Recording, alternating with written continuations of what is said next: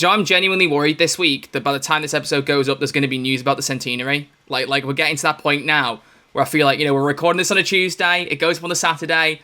There's so much chance for something to be mentioned before the episode goes out that I'm genuinely stressed about it now.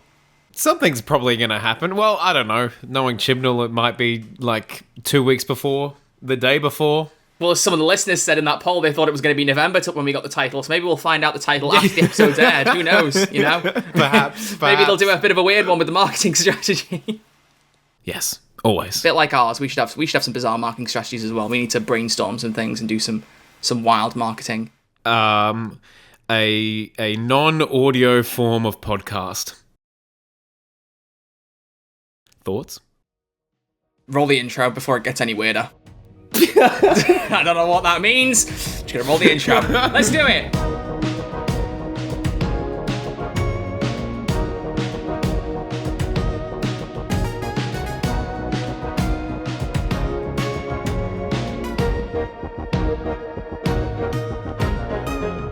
Hello and welcome back to Who's There, a Doctor Who podcast, a show where two YouTubers get together and talk about the best show in all of time and space, Doctor Who. I'm Crispy Pro, and joining me, as always, is the annoying, interrupting Troy Red Archer Live. Hi, how are you?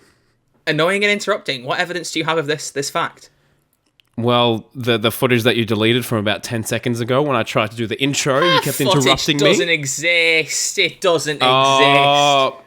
You're saying it's fake news? Maybe in some alternate universe you went to start, talking, and then I said, according to all known laws of aviation, there is no way a bee should be able to fly. But there's no proof of that. There's no proof. There is no proof. Did you know that, by the way? Did you know that according to all known laws of aviation, there is no way that I did know. I have seen the Bee movie. I have seen it. Oh, absolute timeless classic. You like jazz? Oh my gosh. You know what? I do like episodes of Doctor Who, and that's what we're talking about today. Our favourite episodes of Doctor Who. He's not putting up with any of my sidetracks today. No. Oh, he's angry. He's angry pro today. Oh, I'm angry like a buzzing bee. He's going to look up some plane tickets to fly over and beat me up. Yeah, that's the only reason I look them up today. It's been a few weeks. You're going to look up plane tickets again? It's been a few weeks, man. Right. It's been a few weeks. You're going to look them up? I'll look them up. You say hi to everyone and introduce what we're doing. Yeah. Speaking of traditions, Paul, how you doing? How you doing, buddy? Hope you're doing well. Hey, I think we actually have a message from Paul later on, or by the account name of 7 Pauls. There's 7 of them now. There were 3 last time. Now there's 7. But ladies and gentlemen, yes, we are doing a part 2 for the very first time. Does this mean the Who's There podcast is running out of ideas? We couldn't possibly comment. It's not. We just thought we could talk about more of them. But today, we're going to go through, not necessarily in the same structure, because last time we picked a favourite episode from every Doctor. We may just be more general and talk about episodes that stand out beyond there, because we want to focus on ones that really stand out. It might be there's a couple from one Doctor and less from another. We don't know. We haven't really planned it too much. Like, we have our own ideas, but we've not discussed them, so we can go off the cuff. But we're going to read a lot of reader responses as well, listener responses, sorry. Why do I always say reader? They don't read the podcast. Imagine if they could. We do like a transcript and everyone just reads what would the transcript for this podcast look like? Someone just reading the podcast. Yeah, it'd be hectic. It would be hectic. So we're going to get into all that. We have got some news to talk about. So, the centenary hype is beginning to ramp up, possibly. So we're going to discuss that in a moment. But before we do, Crispy, plane tickets. How much are we talking? Oh, it wasn't giving them to me for a second now. It says airlines may have reduced their capacity. You know what? You should have just boxed them when you had the chance. But you had to say I found one. Go on. I found one. How much do you think it is? Australian dollars. I think it was it $2,000 last time you checked? Mm-hmm. So like $1,000 for us. Go on. How much now? $2,723. Can you afford that? Not now. When? Not as of now. Oh, when can you afford it? I paid some fines today. Wait, what? You did what? I paid some fines. This is a scoop for the podcast. What fines did you pay? I know. Oh, it's just I apparently was driving unregistered, and I thought I had my car registered, and it wasn't. Apparently, I went through a toll, and they were like, "Hang on, I remember you telling me this. Yeah. Oh no. Yeah. So I got rid of the enforcement notice because they sent me the enforcement notice. I was like, what is up with that? But then they sent me the initial fines, and I never got those initial fines. I was like, okay, I'll pay that. Let's be done. And everything's above board now. Everything's all good. But long story short, I can't fly over there to beat you up today because I'm too broke. Okay? He's not Crispy Pro. He's Naughty Pro. Naughty Pro. Yeah. Hashtag Naughty Pro. Well, I can't fly over to you before you ask. I got this lovely email from my tutoring company that were like, hey, we're giving you a pay rise. And I was like, oh, that's really, really cool. That's exciting. And then they also said, like, they linked an article with more details. And they went, unfortunately, you might not see much of this till November because we don't expect demand to increase until November for tutoring lessons now. And I was like, oh dear. So for the record, previously I'd have like 4 or 5 lessons a day some days. I haven't got another lesson this week. And it's Wednesday. No, it's not. It's Tuesday. I don't have another lesson this week. So... Guys, go and watch Troy's streams. Yeah. Please. You don't know. The funny thing was, when I was going to buy this PC, my initial plan was, right, I'll save up enough money so that when I buy the PC, I still have savings left. And then when my laptop started going, your battery's screwed, we have to restart 3 times to turn it on, blah, blah, I was like, okay, panic stations. So I had to just buy it as soon as I had the money for it. So it's not ideal, but we move. I'm just going to sell a bunch of my pops. Anyone in the UK want to buy some pop vinyls off me? Not Doctor Who ones. I have the full collection for Doctor Who, and I'm never going to break that up. But, if you want some Infinity War pops or anything like that, he's got a lot of other ones, folks. I'm going to be selling I keep buying them, so I need to sell some. Are you displaying some to sell? Yeah. No, I buy way less than I used to now. Like previously I just go nuts. I will always remember, cringily, when the Endgame pops came out, the first wave, I just went to a toy store and bought every single one in the main wave. It cost me like £100. My goodness. Student loans really made me very, very kind of, blasé with money. I was literally making it right now. To be fair, I didn't make many purchases that were that bold. It's just that was the case for the Endgame line because it was Endgame. My mum came along with me and was like, right, let's pick out the best ones, the best quality. We were just looking. We stood there for like 20 minutes picking them out. It's ridiculous. That's funny. But yeah, I need money, so donate, thanks. Anyway, so let's talk about some news. We haven't got too much. Not too much today. Don't give me any rewards for that comment. That wasn't funny. So we've got a couple of things to talk about. Nothing super duper major. But first off, thank you, ladies and gentlemen, for 600 subscribers. We hit it live during episode 23, and we didn't realise it because we're absolute morons. So well done us. Correct. That's an apt title. But yeah, we hit it during the stream of the hot takes. Thank you, everyone, for your hot takes and stuff. It was good. I hit end stream, and about 15 seconds later, I went, we've got 600 subs. So I literally put it in the live chat at the end. I was like, we hit 600 subs, thank you. But I think everyone had gone by that point. So it was a sad time. It was a truly, truly sad time. And I'm very upset about it. Troy, I think it's safe to say that we will be doing more live episodes in the future because they just pop off. Everyone loves them. They do. And speaking of, we're going to do a bit of a build-up to one. We mentioned this last week, but let's do some news first. So, last night... Oh my gosh. So today is Tuesday, the 6th of September, we're recording this, and that's why the intro, as we've said, I am really stressed. I mean, we both are, but like for me, for editing, if I have to listen back to this podcast when there's news and we haven't got any episodes, it's going to annoy me. It's like with the Rose Ayling-Ellis stuff, her being the next companion or not being. Like, we said she might be, and then while I was editing it, it was announced she wasn't going to be, so I had to work back to take it out. It's annoying, We need to record the podcast close to the time, but editing would be harder. But I'm genuinely starting to get stressed now that we're going to get Centenary news because last night on Monday the 5th, Amazon put up listings for the DVD and Blu-ray versions of the Doctor Who Centenary special. The cover was literally labelled Doctor Who Centenary Special, so people are joking now saying if Chris Chibnall is actually just calling it Centenary Special by Chris Chibnall. Chad move. Honestly. Chad move. But the listing says 1 hour 30 minutes, or some people have said it says 1 hour 29, maybe certain listings say certain things, but that does confirm... Wait. What? They cut out a minute? Yeah. After what they did with Legend of the Sea Devils, and now they cut 1 minute from the Centenary. Hashtag rip Doctor Who. I'm not watching this show anymore. They cut 1 minute from the Centenary. I'm out. I know he's walked off the camera, and I meant to give you a good commentary here, but I'm just going to stare at the camera in disappointment because this man thinks he's funny. He really does think he's funny. He's not funny pro though. I think I'm hilarious, mate. I'm hilarious. I think your camera's lost focus. Oh, there we go. To come back. So. The Centenary has DVD and Blu-ray pre-orders, but on top of that, my broke backside is going to be even more broke because the pre-order went up for the Doctor Who Series 13 Specials Steelbook, which includes Eve of the Daleks, Legend of the Sea Devils, and The Woman Who Fell to Time. I'm just going to go with that. I'm just going to call it that. Why not? Yeah. Just go with it. Those 3 episodes in a Steelbook. Now, I'm going to be real with you. It's ridiculously priced. It's £40 for the 3 episodes in a steelbook, and the Flux steelbook was like $36. In fact, I can look it up in my Amazon order history. If you give me a minute, I will literally look this up in my Amazon order history because I guarantee you it was not £40. So there's less episodes, and it's costing more. And I've got to say, I don't condone it. I don't condone it at all. However, when you own literally every modern Doctor Who steelbook, you can't not buy one. Do you know what I mean? You dug that hole yourself, sir. You dug that hole yourself. Oh, that one says £0. Oh yeah, it was I got to get another one sent out. No, the one I originally ordered came broken, so I had to get it replaced. There we go. Original price was £37.98. That's how much I paid for the Flux Steelbook. So it's £2 more than I paid, and half the episodes. What's that converted to Australian? That's what, $80? Roughly double, yes. About 70 for 75 bucks. That's ridiculous. Oh my gosh. But no, like the Series 9 and Series 1 Steelbooks go for £500+ now. Series 9 in particular, that one is like, it's gold dust. Because I think that was the first one they did. That'll buy a PC. Yeah, it would. Well, it would. Yeah, maybe I should sell the steelbooks.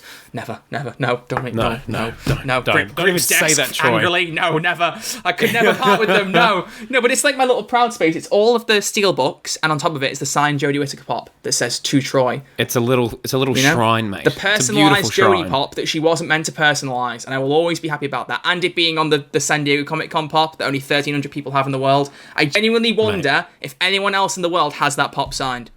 Because they're so rare to come across, I wonder.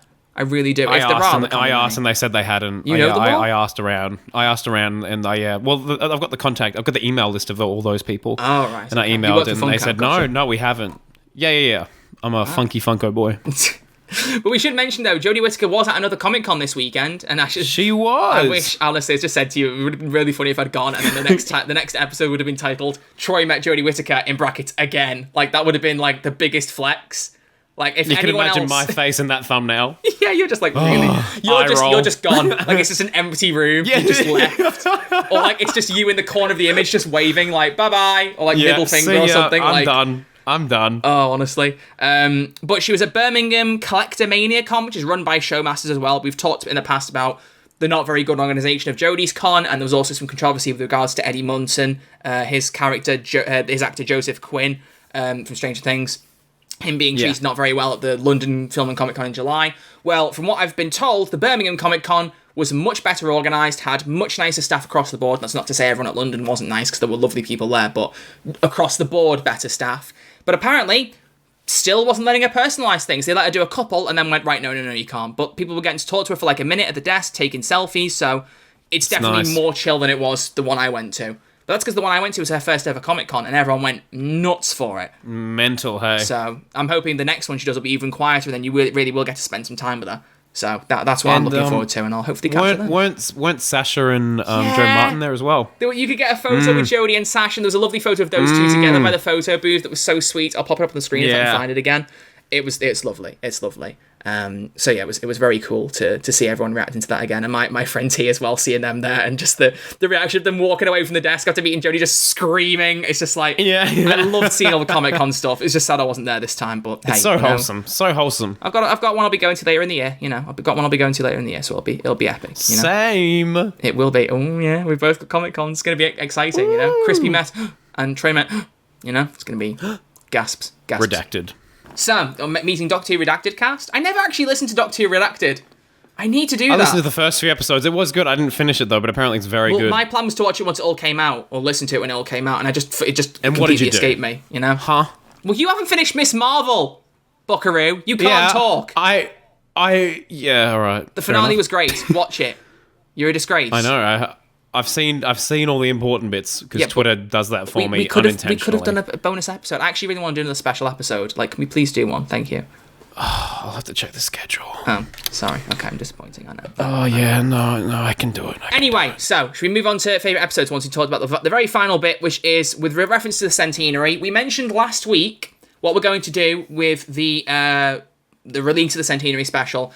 We mentioned this on the stream. Ideally, what we're going to do is as soon as the episode has aired, we're going to do a live episode. That was the idea. Crispy has since informed me that apparently in Australia, it doesn't start airing there until it's finished in the UK-ish. Like, correct. It can be a little bit around the place. With it being a 90-minute episode, it means that hopefully 90 minutes after the centenary is finished airing at whatever time that is, we'll go live with the podcast episode. It probably won't be as long as my mum will be in the room next door trying to sleep. So it's going to be an interesting one to set up. But the plan is we're going to do a live episode.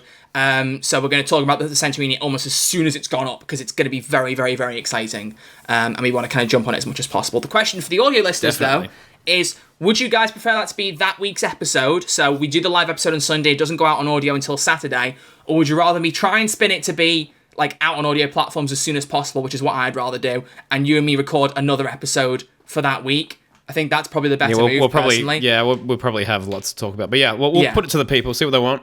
But no doubt that's what will happen. But we'll leave it to you guys. We'll leave it to you. Speaking of polls, let's very quickly wrap up with our poll from last week and what next week's episode is going to be. So, last week we asked you, what is your favourite era of modern Doctor Who? It's another case where we're just kind of, going for a more general poll question. Unfortunately, Spotify didn't get the episode until late Sunday, about 20 hours after it, 30 hours after it should have gone up.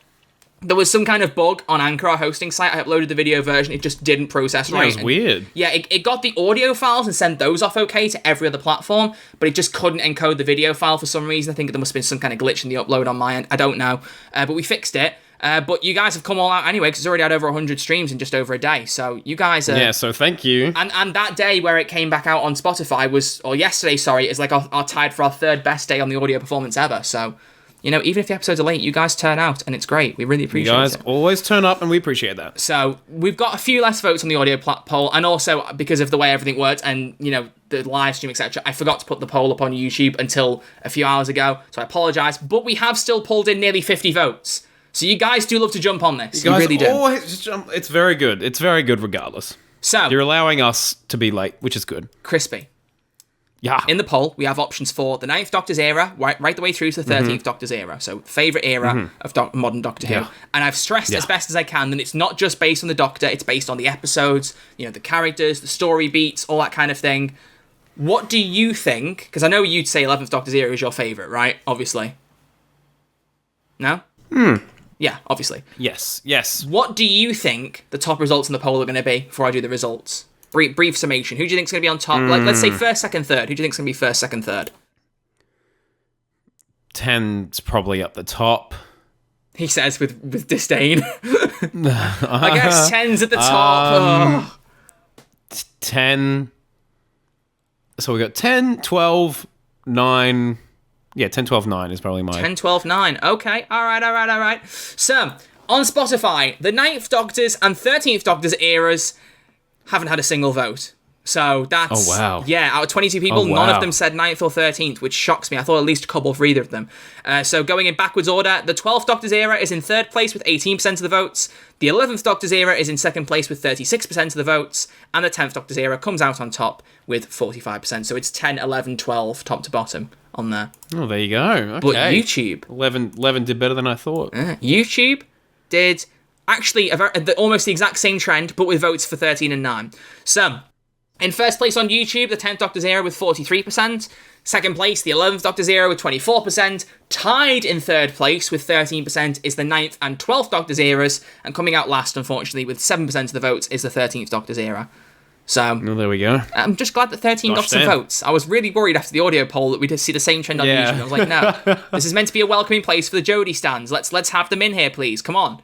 Yeah. We want all of them in. We want them all in here. So yes, the poll will be regarding the audio version of the special episode. Actually, it kind of applies to the video guys as well. Like, would you like us to do like that as a bonus episode with the centenary, or would you like that to be that week's episode? You just don't see us for 2 weeks, will you give us some time off? I actually want to just do an extra episode. I kind of do. No, I think there'll be far too much to talk about regardless. There will be. We'll probably have some the thing is, we'll probably do it'll be like Sea Devils, where we've spoke about it, like kind of rambled, and then like a week or two later we can go, let's have some more refined thoughts, and talk about it. Actually talk about it. So before we move on to our favourite episodes, let's just confirm, next week is looking back on Series 4, our monthly series continues. We look back on past series of Modern Doctor Who and talk about our favourite, and maybe sometimes least favourite parts, but I don't think there's any parts of Series 4 we don't like, or you don't like the Zontaran stratagem, as you call it.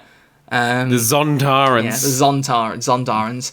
But it's actually going to be the next episode with a special guest. Crispy, should we say who the guest is? Should we say who the guest is? I think we should definitely announce it. Do you want to announce it? Because we officially booked it, confirmed it. We're going to be filming it with him. We're all set up. Who's it going to be? It has been booked in. You may know him from YouTube, but he's very, very big on the Twitter sphere. He very much is. It is William Who. Yes. So if you know who that is, good for you. If you don't, he's quite big. He's my go-to source for news. I only have a few notifications on for Twitter, like people posting to Twitter, and he's one of them. Am I one of them? You are one of them. I'm actually. And who's there? Yeah, you get it's all you. of my ramblings on notification. I'm so sorry. I know it's a lot. It's you. Who's there? William Who, and then there's Katy Perry. So just the big four. So the really. Doctor Who official account isn't on notifications. Oh, it probably is as well. I was gonna say, but obviously, it's not on my mind. Yeah, I say to you, right? Which one would you rather have notifications, Doctor Who or Katy Perry? Like, what would you pick? Oh, don't ask. I mean, it has to be Doctor Who, right? all you have to say is that, and that is just California girls. Oh, good grief! Keen is on top. Yeah. Fantastic. Very good. So yes, William Who, who is literally one of the biggest names in the Doctor Who Twitter community. Like he's got a ton of followers, so he'll bring us some new listeners. Thanks, William. Thanks, Bibi. Much appreciated. No, legit. So he's huge on Twitter. So like we wanted to bring someone in who you guys knew would bring some interesting elements to the conversation, and that's why we're really thinking, for the way the Centenary news might be coming out soon, he might end up being the next Dominic G. Martin, where we have a plan of an episode and then we go, do you know what, William? Talk to us about the Centenary. What do you think about all the news that's happening? Because if you've seen episode 13 of the podcast, we brought Dominic G. Martin on as our guest.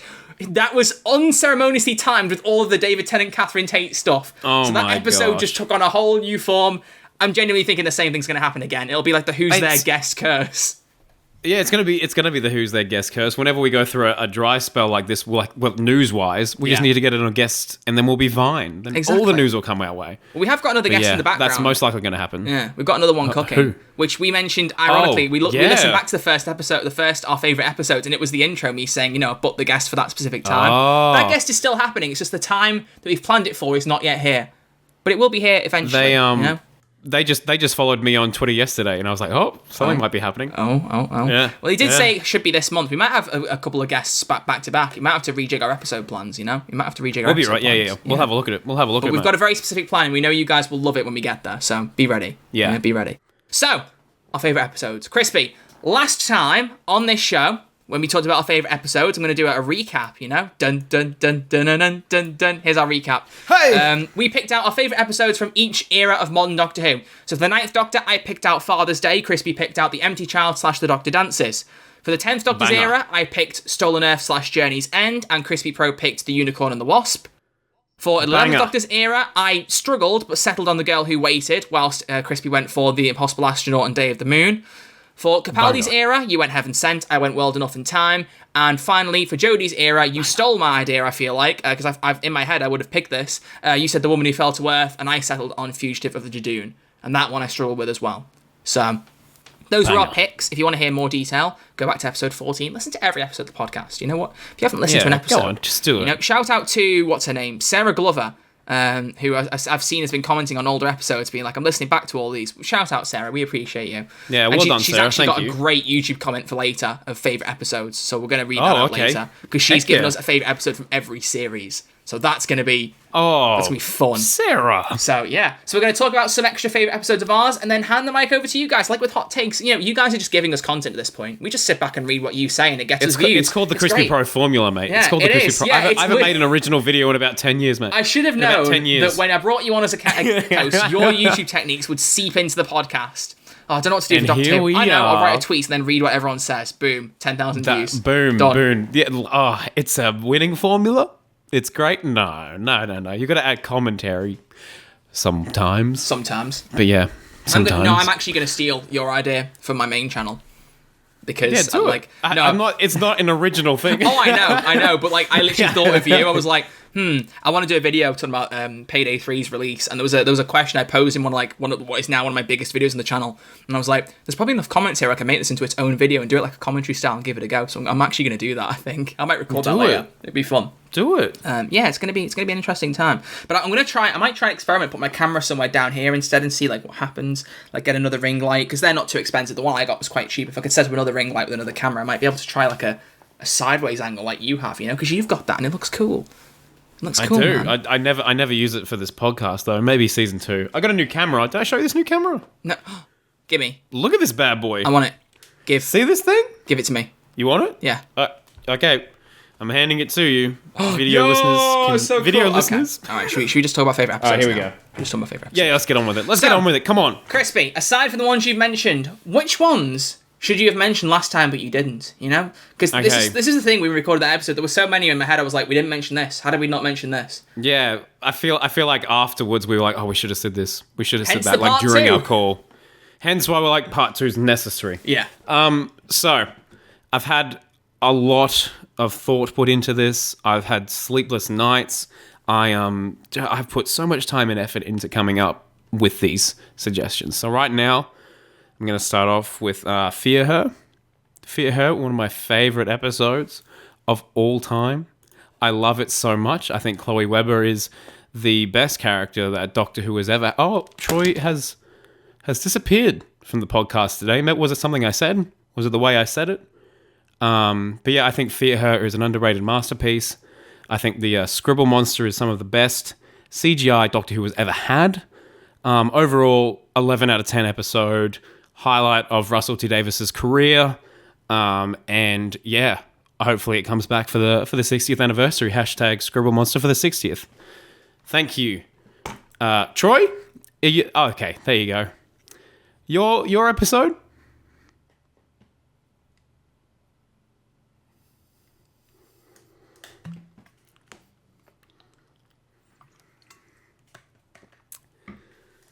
Boy, this silence is pretty deafening. I'm really wondering if I'm going to leave that much silence in the episode. I'm like, should I leave that much in there? You have 10 seconds left to take that back. 10. I take it back. Oh, good. I take it back. Good. Of course I take it back. I've said it on multiple... You're going to make me fear you. Recordings. Oh. Oh. Hello.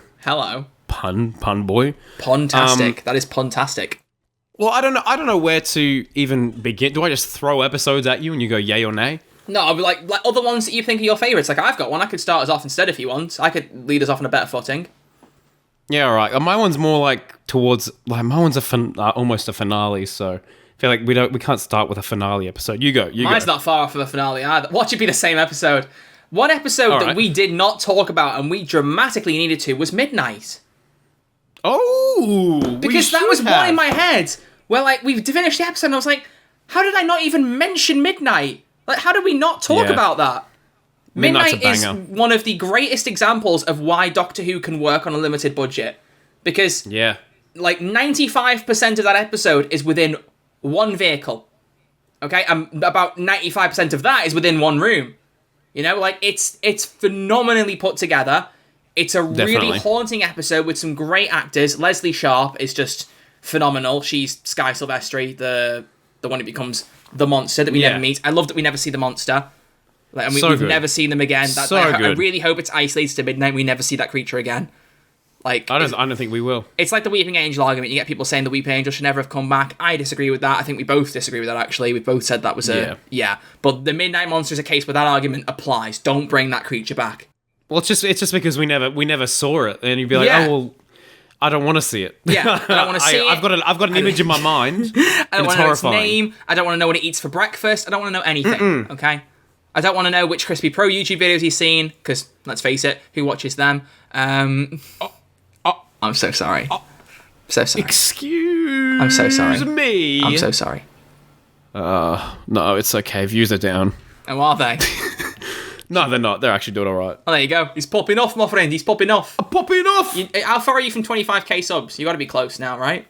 700-ish. You can do it. And we're getting there. And then we're going to have a big party. Fly me over to Australia. I've got some massive plans for the channel. I was telling you about one of them today, actually. I wrote a script today.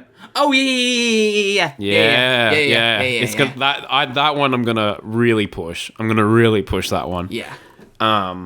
So yeah. Anyway, keep your eyes peeled. Yeah. So Midnight is my first pick. So Midnight's a great film. There's some fantastic scenes in that. David Tennant's performance alone is like, it's amazing. And the funniest thing was, I think I mentioned this before on the podcast, is that when that episode first came out, I thought it was fine, but I didn't love it.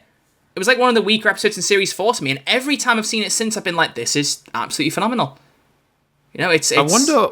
Well, maybe because it feels different, like so different to Series 4 that, that age you were like, oh, this doesn't really feel like the stuff I've seen in the weeks before. Because just before it, you get like the library episode, isn't it? Just after the library episode. Just after. That's mental. It's kind of crazy. Series 4 is just full of bangers. Yeah, I'm just looking at the cast, and yeah, it's David Troughton, that's his name. So Patrick Troughton's son was in the episode, which I'm presuming you know. Did you know that? Who was that again? He was Professor Hobbs. Yeah. So he's Patrick Troughton's son. I think I did know that. I forgot about that. Yeah. There was just a good cast in it, to be honest, overall. I loved seeing Colin Morgan in it as Jethro, who, if you've seen Merlin when you were a kid, seeing Merlin in there. Because Merlin was like the Doctor Who equivalent in like autumn, winter. When Doctor Who stopped airing, Merlin came on not long after, and Merlin was a great show. I do miss Merlin. And I should rewatch Merlin. Big fandoms. Yeah, it was great. Merlin was huge. So there you go. Midnight, my first pick. Crispy, give us another one of your favourite episodes. All right, this is one that I have always loved. I don't know if it's universally praised in the Doctor Who sphere, but I love it. Series 5. Can you guess the episode? Amy's Choice. Yep, bang on. Well, ironically, that was something we read in the Undraced episodes because I was listening back to that, and I think someone said in there Amy's Choice, and I was like, we haven't mentioned that either. That was going to be another pick for me, so you've stolen it. Oh, You're sorry. You're a thief. I'm a thief. But I think that episode is just brilliant. Toby Jones as a villain. I was about to say, Toby Jones is so good. It's not a waste because that performance was incredible, but you're like, Toby Jones could have been like a massive player in Doctor Who. Very much so. Absolutely. But I love Toby Jones as an actor. He's very, very good in every role he has. He absolutely crushes. But just the concept in general, it's fun. Like, I feel like throughout the whole episode, you're like, there's no way the reality where Amy's pregnant's the real one, right? Yeah, right? But you really don't know for a bit of it. And then and then spoiler alert, something happens and none of it turns out to be true. But I don't know, it's just so much fun and bleak, and it's like, I feel like it would have been made pretty cheaply because they were just in a village in the TARDIS for the whole thing. Yeah. So it's not like a big high stakes explosions, It's just really good fun. It's Doctor Who at its finest when they're creative storytellers. You know what I'm saying? It's fantastic. You know what I'm saying? And I think also there's a point to be made about the fact that in that series, like, the Doctor had left Amy alone for 12 years, then left her for another 2. So like the idea that you left her for, what was it? Was it 5 years? I can't remember what it was. It was a few years in between, and she got him pregnant. Like, the idea that he could have done that was entirely feasible, knowing the 11th very Doctor. Plausible. So very, it wasn't very like, plausible. oh wow, we've jumped a few years and she's pregnant is like completely out of the realm of possibility, because it could have happened. You don't know. But Rory with that haircut, not possible. Never. Possible. No, that was a red flag. That's a red flag. Rory Williams, more like Rory, get a better haircut. Got him. Get that on a t-shirt. Get it on a t-shirt. T-shirt. Oh, actually, Troy. Yeah. Speaking of Arthur Darvill, I saw there's this like virtual Comic-Con thing. I can get something signed from him or something. Oh, I don't know, but I don't have anything to send him apart from. I'm getting ready for flex. This. Oh no, you know what it is. Oh, the Ruby's Curse. And can you get him to sign that? And I was like, it's like his daughter. That's the closest thing I have. True. That's the closest thing I have to anything Arthur Darvill related. So I don't know. I saw that. I just wanted to see if you knew about that. Fair enough. No. I did. I think I might have seen a mention of it. I remember seeing it for Andrew Garfield, and I really did think for a while about getting something signed from him. But like, the prices were ridiculous. It was like $200 for a base autograph. And if you wanted him to add on Peter Parker / Spider-Man, it was like another $80 or something, or $100. It was ridiculous. Like, it was genuinely extortion. So I was like, I was close. I was very close, but I was like, no, I can't stretch to that amount of money. It was just stupid.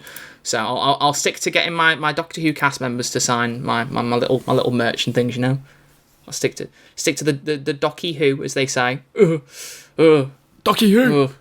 Hate calling it that. So good pick. Amy's Choice is an absolute phenomenal episode. It's a really, really strong one. I'm trying to think which one I go for next, though.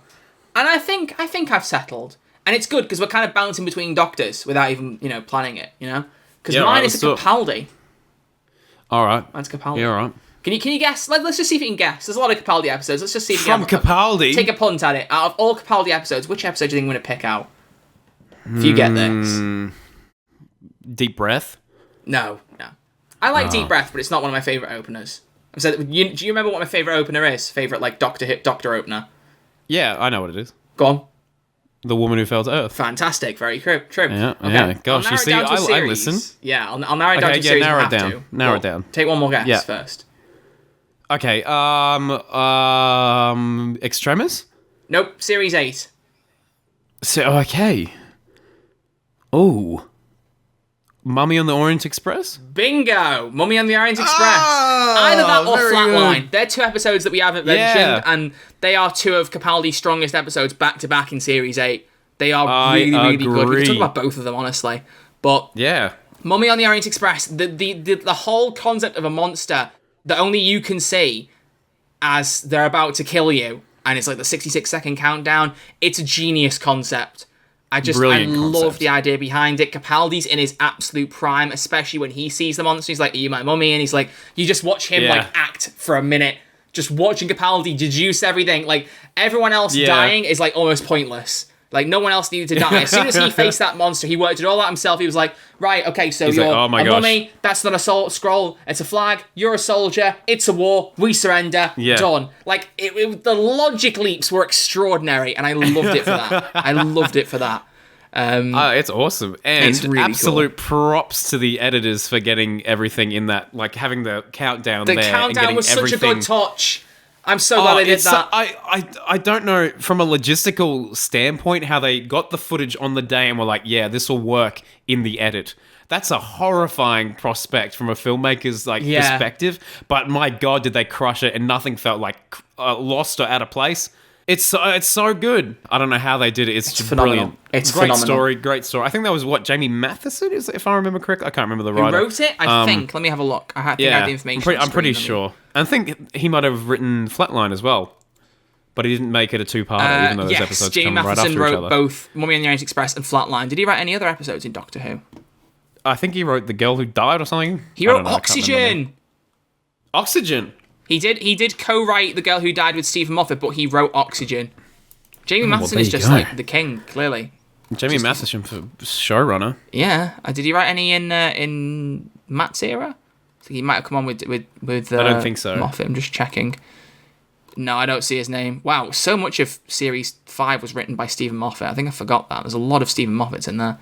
No, I can't see Jamie Matheson. So no, he just wrote those episodes. But like all those, even Oxygen's another great one. But yeah, Mummy on the Orient Express is phenomenal. I even love how it opens. Like the episode literally starts. The cold open is Capaldi saying "start the clock," and you just see that 66 seconds, and then boom, roll titles. It's good. That's how you hook someone into an episode. That's how you hook someone in. It's. I'm watching that after this. You're welcome. Straight up. I haven't watched it in forever. An honourable mention to Flatline, because that is also a phenomenal concept. The TARDIS shrinking, Capaldi having to control everything via an earpiece, Clara taking the lead, which will have annoyed some people, obviously, the Clara haters, but I don't care. No, I'll say it.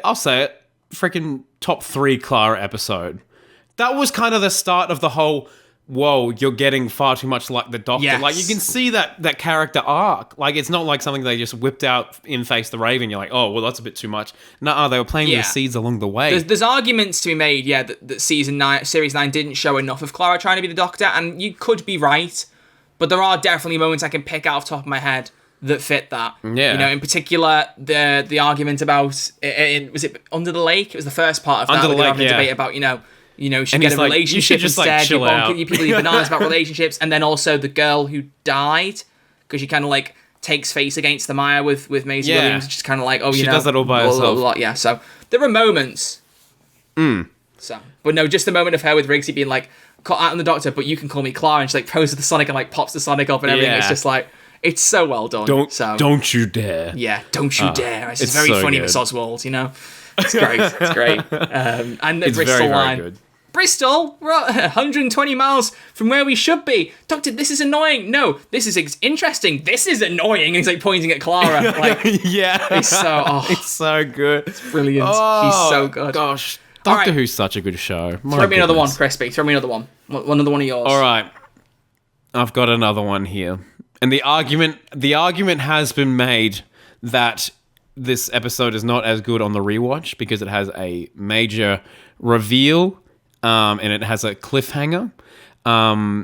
Matt Smith era. You got anything? Trying to think. I mean, Matt Smith didn't have loads of cliffhangers once he got later in his series. I'm gonna go with It's not going to be the Hungry Earth, surely. Is it?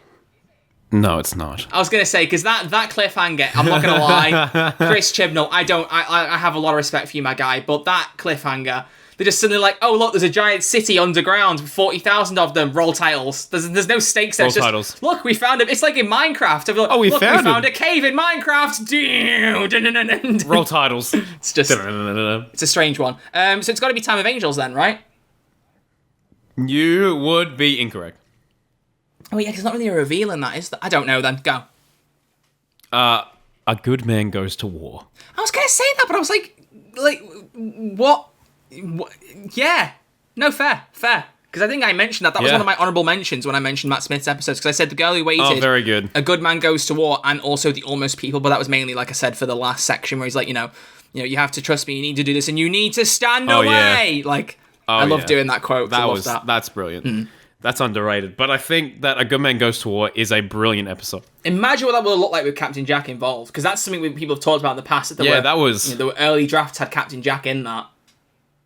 Yeah, I wonder why Moffat didn't in the end. Oh, well. There was different theories. One was that there was, like, scheduling conflicts or something. I think it was to do with they were filming Torchwood Miracle Day around that time or something like that. Something was going on there. But also there was some things that suggested that Stephen Moffat and John Barrowman didn't get on as well.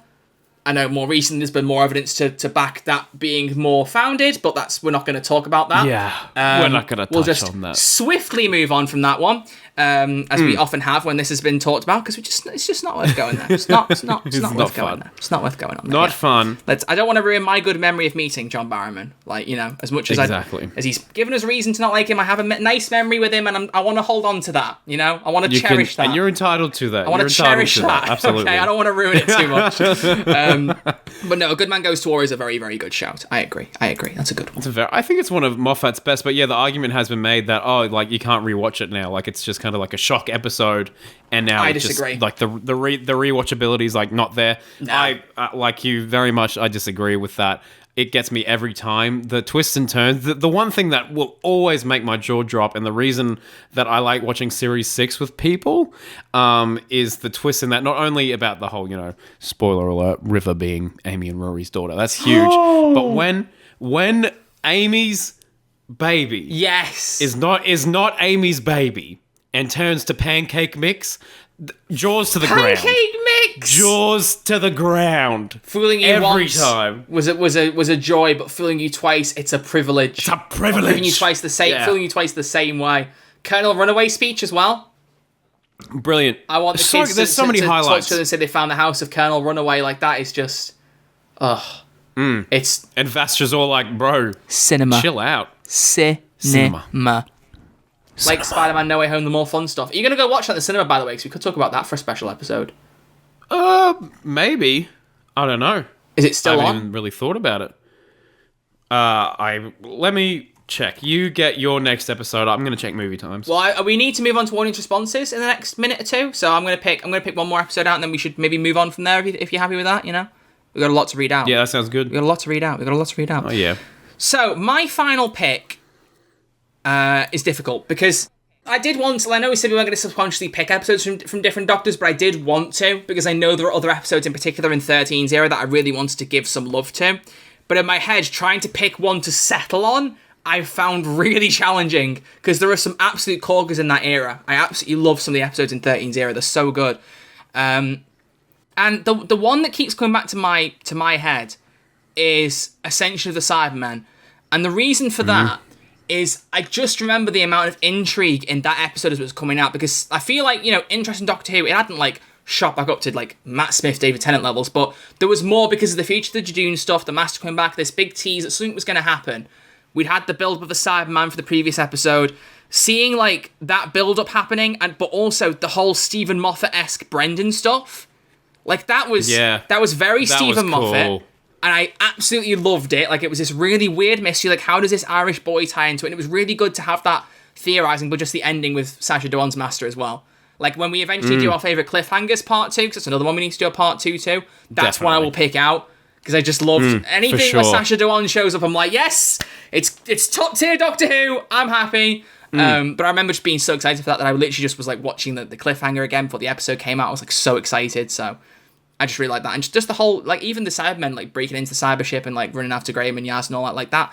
It's a really good episode. It's a really, really solid episode. It is fun Doctor Who. Yeah. It is fun Doctor Who. And I will say that episode has probably the hardest intro of any Jodie Whittaker episode. Yes, the cold open's so good. Oh my god. Going right into Cyberman Eye and then the title starts. Oh my gosh. So good. It's like... It's awesome. Cinema. It's really well done. Cinema. Martin Scorsese would be saying cinema right now. You know? Mm-hmm. Honestly. Definitely. Amazing. So, Crispy, shall we take a look at some of the audience submissions?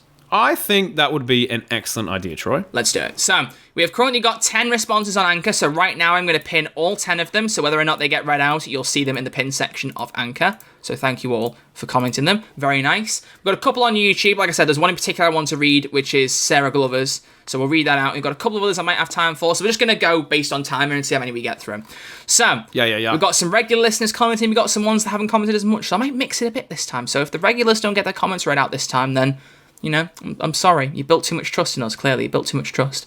Sorry about that. You're going to love this. You're going to love this first one. From Sheila Moore, who says, I'm ready. You can't beat The Impossible Astronaut and Day of the Moon. There are at least 3 what moments. Then there's Matt Smith's magnificent acting and the silence. Simply perfect Doctor Who. Crispy, you don't agree with that at all, do you?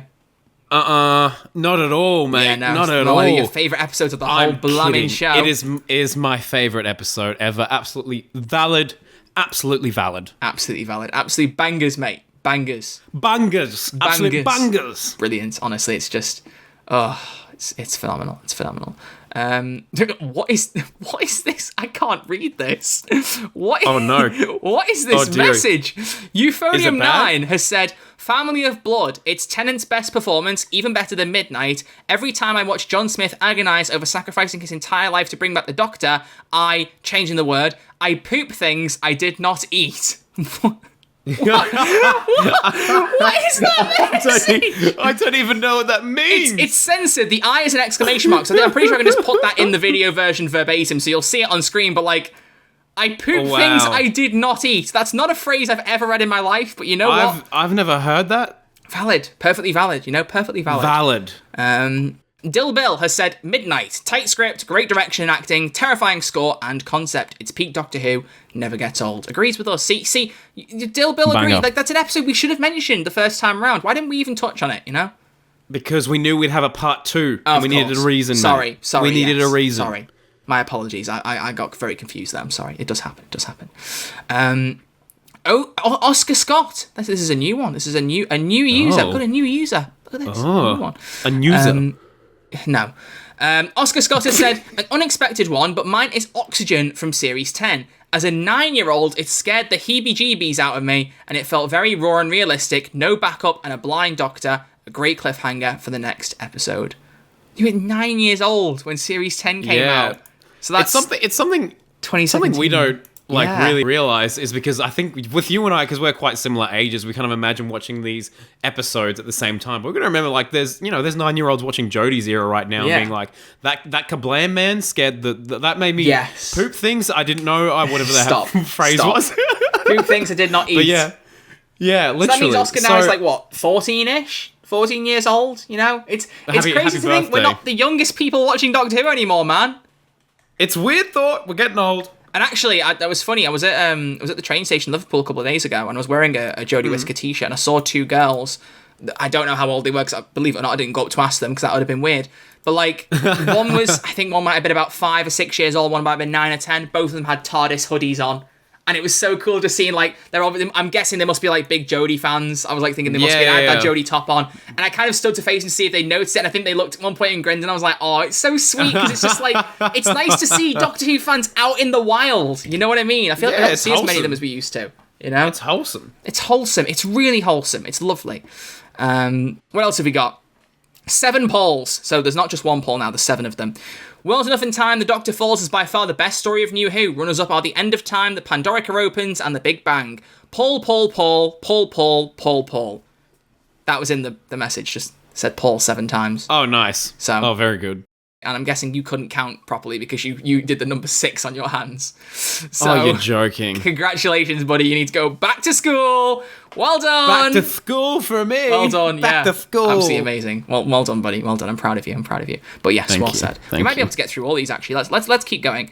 Minusich, they had to break the rule. I literally put modern era is preferable, and they went, you know what? Going classic.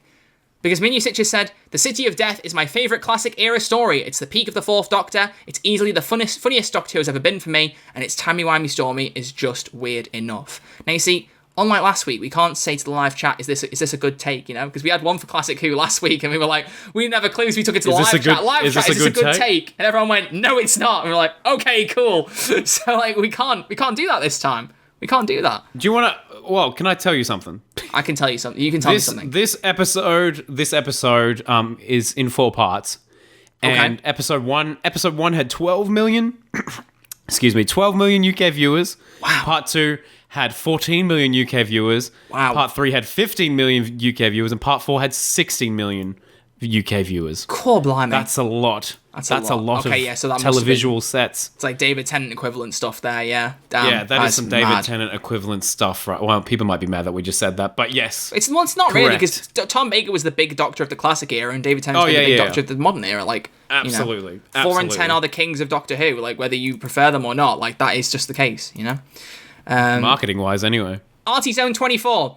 It's between 4 episodes for me. Either Silence in the Library and Forest of the Dead, End of Time, Heaven Sent, or Hellbent. In brackets, Troy, don't fall off your chair at that last one. Why would I... What? They're episodes of perfect performances. No, Crispy was the one who made a joke about me not using Hellbent at one point. I like Hellbent. What do you mean, Artie Zone? Hellbent is class. I really like that episode. I don't know. I don't hate it as much as... There was what was the comment from? Was it the Sci-Fi Anime Gamer we read out a few weeks ago?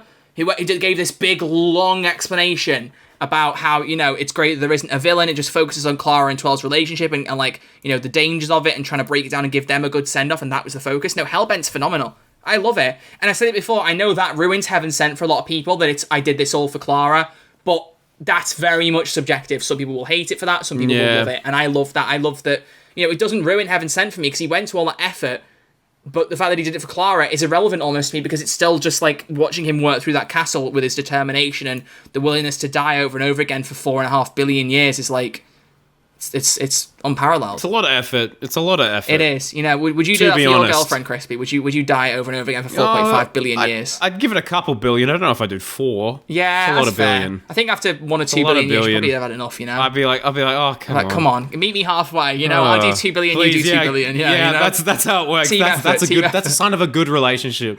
That's a sign of a good relationship. Oh, goodness. Ahmad has said Day of the Doctor because it was the perfect way to celebrate the past and present of the show, and John Hurt's performance was brilliant. Could not agree more. Banger. John Hurt is always and has always been and will always be a GOAT. You know, for the older listeners, we do mention our terminology sometimes. GOAT is greatest of all time. So if you didn't know, if anyone ever says GOAT or GOATed, it's telling you they're the greatest. Fun fact. You know, we've got that wide range of listeners. We've got to make sure that they know everything. We're inclusive, okay? We're inclusive. I don't care if you're 9 months old, although you wouldn't understand the podcast, or 99 years old. Hopefully you enjoy the show, you know? We've got Oscar here, who's one of our younger listeners, you know? We've got a wide range. We've got a wide range, and it's great. Wide range. I love it. The worldwide range, yes. Felicia has said, Heaven Sent because while it's just the 12th Doctor, it feels like a character piece, a character piece and showing his grief for Clara. Yeah, it's fantastic. It's just a phenomenal episode. Bye, Felicia. Yeah.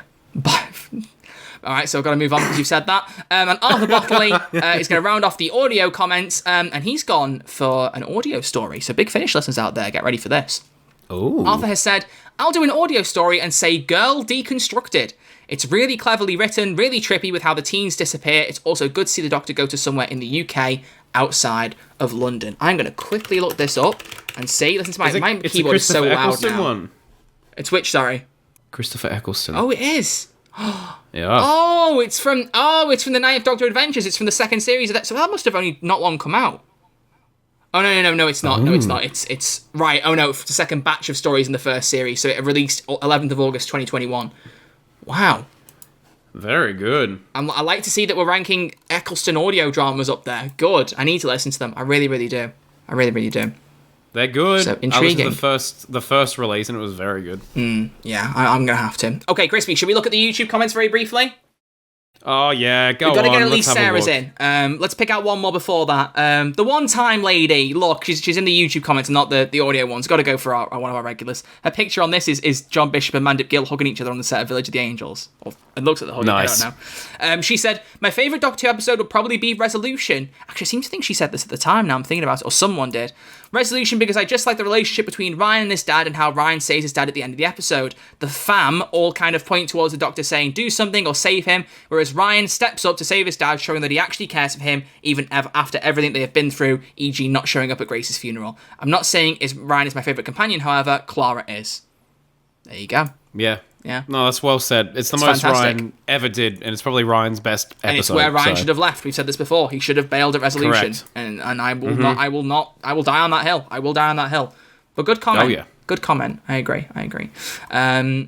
One other person, you and GH, I won't put your name on screen because it's the same thing, but you and shout out to you for also saying your favourite was World Enough in Time, mainly focusing on Missy and John Sim, just being a good kind of chemistry and it being a good episode. But Sarah Glover, who is a more recent fan, I believe, well, I know because she's going back to listen to older episodes, she has given us a list with her favourite episode of each series. So let's just dash through them and see what we think of them. So, Let's do it. For Series Let's do 1, it. World War 3, already I love her because she's picked the Cillian episodes. Done. I'm already sold. Series 2, Army of Ghosts. Okay. So the first part, I should emphasise, she's not saying both parts of the two-parter because at the end she says, right, I'm surprised with how many were part of a two or even three-parter. So she's picking out the specific episode, not the two-parter. I like that. Yeah. I like where Sarah's so she going with that. prefers Army of Ghosts to Doomsday, which is intriguing. I think I do too. Oh, maybe not. I don't know. I think Doomsday is heavily judged on bias because of the nostalgia of the beach scene. Especially in the UK, everyone who watched it around that time, everyone, you hear that theme, you get post-traumatic stress disorder. Literally. Series 3, she said Human Nature. Oh, you're going to hate her for Series 4. Series 4, she said The Sontaran Stratagem. As she should. It's a great episode. Don't care what anyone says. I'm just going to look to Discord to look at your face. Yep, I knew it. I knew you wouldn't be happy. Series 5, Amy's Choice. Yes. Good. Series 6, Let's Kill Hitler. Oh, this is so good. Whoa. I am loving this selection of episodes. Whoa. Oh, wow. Go off, Series Sarah. 7. Series 7, even I wouldn't see this coming. The Power of 3! It's her favourite Series What? 7 episode. Sarah, you are not holding back today. Yeah, I mean, that episode is phenomenal. It's just the last 10 minutes where it kind of, wraps up a bit quickly. Dwindles. But I agree. I honestly, Power of 3 is a really good episode. I really like that episode, so that's good. Underrated. Series Underrated. 8, Time Heist. Oh, banging one, episode. good one, good I one. love that one. Yeah. Series 9, oh, do you know what's funny? Literally, someone tweeted this, a minute ago. Let's say the name first. Magician's Apprentice. It's her favourite Series 9. Yeah. Someone on Twitter recently was like, we as a Doctor Who community don't talk enough about how poop, I'm going to autocorrect, how poop this episode was. And all of the replies, including me, were like, because it wasn't.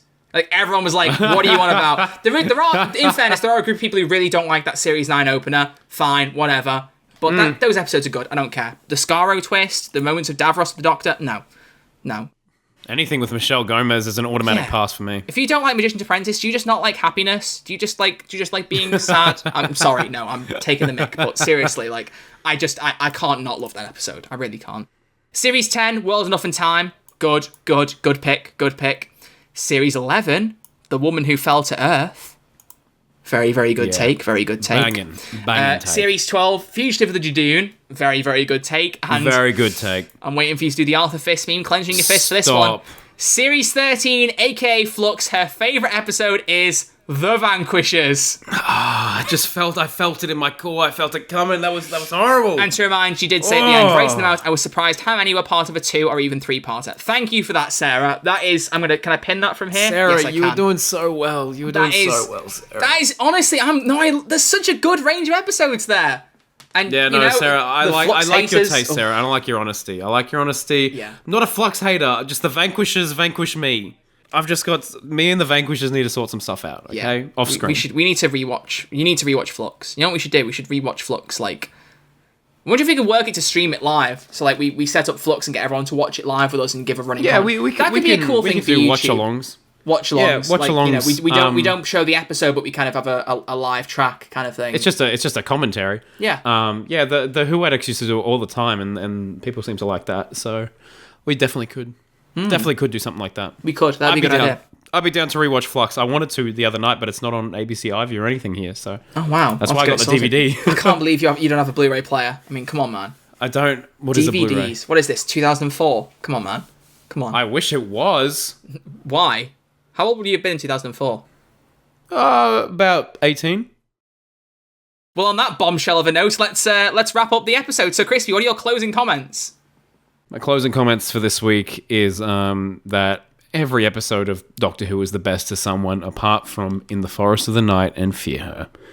And it's just about the friends we made along the way. Oh, the real Fear Her was the friends we made along the way. I bet you there's someone out there. There's a person out there who has their favourite episode as Fear Her, and there's someone else out there whose favourite episode is Forest of the Night. They exist. If they exist, please comment below. I just want your justifications. We I feel will like I've said find this them. before. I feel like I've said this before. And to quote Peter Griffin, I just want to talk to him. I just want to talk to him.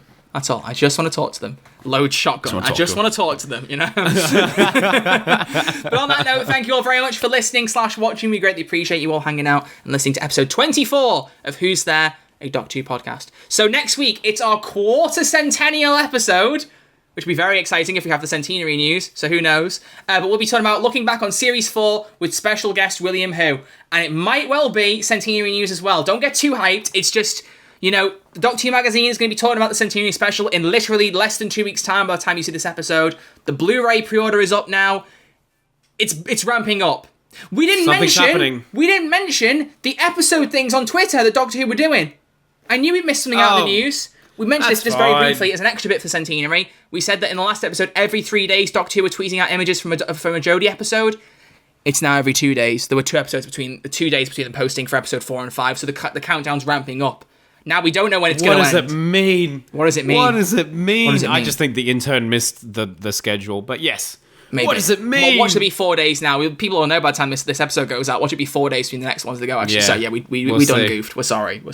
It seems too good that it all leads up to the anniversary of the show, the 59th anniversary. So yeah, it'd be good for it to lead to that. But either way, we will see you all next week. So until then, thank you all very much for listening. We greatly appreciate you, and we'll see you all in episode 25, looking back on Series 4 with special guest William Hu. So thank you all very much for watching, and we'll see you all then. Alon Z, baby! Alon Z. I love it always takes you a second to say Alon Z. There's always that little gap. So there's a little gap. Yeah. But yeah, Alon Z, everyone. See you all next week. Bye. That was such a blunt bye. Fantastic. Bye.